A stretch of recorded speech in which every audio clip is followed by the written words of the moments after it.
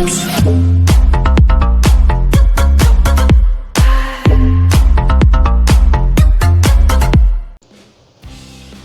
what's up? Welcome back sa ating YouTube channel. Okay, so maligayang pagdating sa ating new tutorial para sa ating i-share na bagong mining platform, okay, or mining app for free. Okay guys, so free lang din to guys, katulad ng mga naiba kong mga video. Okay, check nyo na lang. Okay, so ano nga ba yung app na tinutukoy ko guys? Yung app na tinutukoy guys is itong si Dotchain. Okay, Dotchain kung tawagan. So puntahan muna natin yung Twitter on. Papakita ko sa inyo kung ano yung advantage ng app na to kaysa sa mga ibang platform. Okay, so punta tayo sa Twitter nila. Twitter. So ito na yun guys, Dotchain. Okay, the fastest launching blockchain, faster zero gas fee network, start mining today. Okay, so pag i-click nyo to guys, okay, so nag-join sila, join September 2022. Okay, so upon pag na-click nyo to guys, mapupunta kayo dito. Okay, so yan, Dotchain, the fastest launching blockchain network. Download app. Okay, so may app din sila sa ano guys, sa Play Store. So ilalagay ko lang yung yung link, yung referral link ko. Okay, upon login guys, kapag ginamit nyo yung referral link ko, may matatanggap kayong 1.5 hour base rate. Okay, so medyo mas lalaki yung mining hash rate niyo guys per hour. So mas makakaipon kayo ng Dotchain. So ang kinagandahan ng app na to guys, ang kinagandahan ng app na to guys is pwede tayo magka-earn ng separated token nila. Okay, so yung separated token nila guys, i-base nila doon sa i-base nila doon sa migration or sa launching, na kapag umabot na sila ng 500,000 na user. Okay, tsaka nila i-release yung yung mainnet na kung saan tayo pwedeng makapag-exchange ng token at matransfer natin sa ating mga wallet. So parang base nila guys is yung ACE token. More on ACE token is faster you approve na mapupunta sa wallet. Okay, so para siyang KYC kumbaga. Kung sa ibang halimbawa, for example, yung sa ICE, yung KYC nila guys is via selfie, diba? Parang mga ganun. So dito guys, via ACE token, pero parang may KYC din to. Di ko alam guys. Okay, so paano ba tayo mag-start ng mina dito? Okay, so puntahan natin yung app. Ito yung app guys, so may app din sila sa Play Store. Okay, Dotchain. Ito yun guys. So ilalagay ko yung description. Ilalagay ko po yung link ng app na to at saka yung referral code. Okay, kung gusto niyo gamitin yung referral code ko at makatanggap kayo ng 1.5 hour base rate. Okay, so panimula para di na kayo mas mahirapan. Okay, so open natin yung app guys. Ito yon, minute launching in 500,000 user. Okay, or 500,000 engagement sa app. Tsaka natin malalaman. Ito yun guys, total user live update. Okay, so nasa 50% na. Okay, active remote miner delete. Okay, So, yung total user is 244,000 user. Okay. So, yung active at yung mga nagmimina lang, medyo hindi pa sila masyadong active. Okay. Nasa 53,000 pa lang, guys. So, medyo di natin alam, guys. Okay. So, ito yung mga app na So 53 user pa. So wait natin na umabot ng 500,000 user para ilabas nila yung mainnet, testnet, web wallet, and explore will be available to public when daily active miners reach 500,000. Okay. So basahin nyo lang yung guys, yung wallpaper. So di ko na babasahin para hindi masyadong mahaba yung video natin. Okay. So about the chain, Consensus Protocol, new block mining, P2P, gaming, and NFT.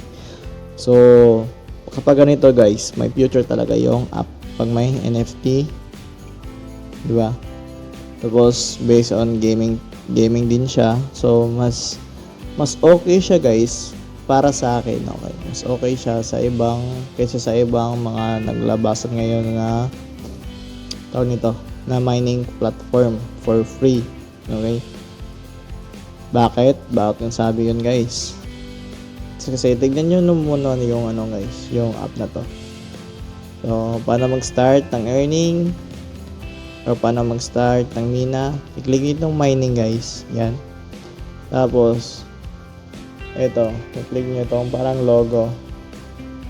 Okay, long press nyo yan. So sa akin kasi na-start ko na kanina. Long press nyo para mag-start, and then may lalabas na ad. So i-close nyo lang. After that, pwede tayong magka-earn ng ACE token. So punta tayo ng P2P.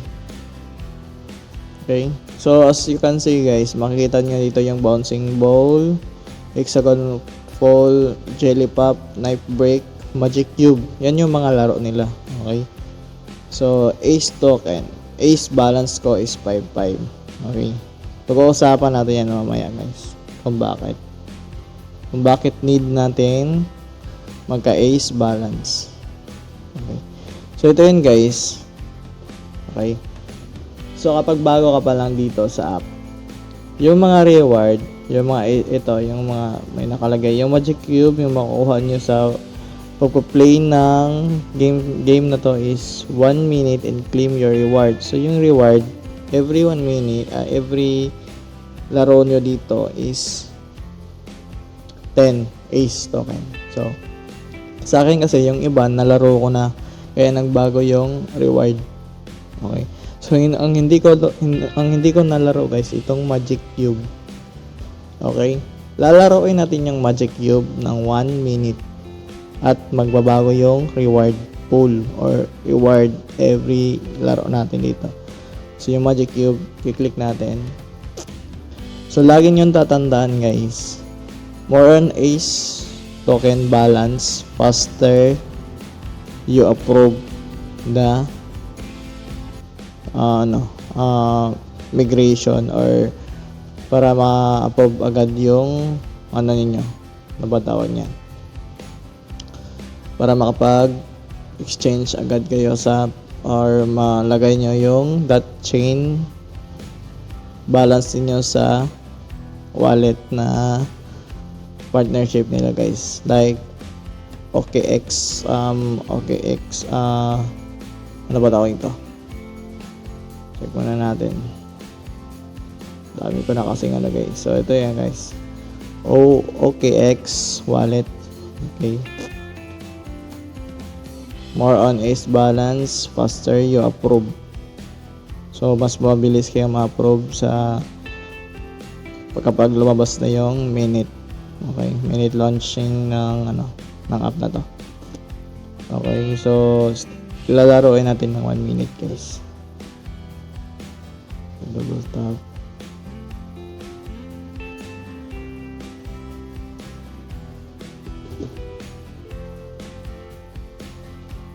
Okay.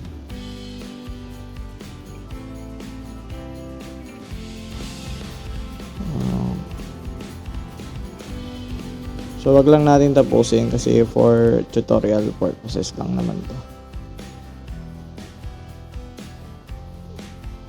1 minute. Ano ba?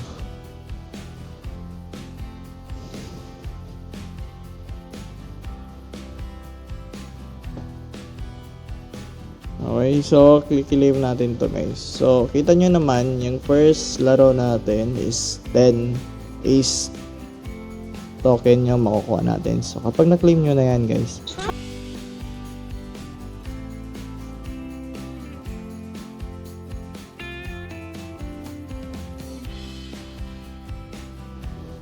okay, i-click nyo lang yung ads or i-close nyo. Yan. So naging 15 ace token yung another next reward na makukuha natin. Okay. So i-click natin tong balance. Okay.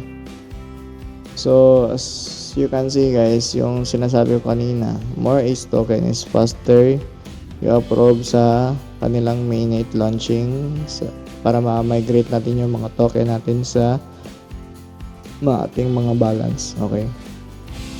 So basahin natin about ACE. ACE is a secondary token built in the blockchain network. User can earn ACE only by playing games in the chain app. After the launching of mainnet, user can move chain coins to Web3 wallet. So yung Web3 wallet guys, ito yung sinasabi ko kanina dito. Okay, itong OKX. Okay. Yan yun guys, isa sa mga may Web3 wallet. Okay.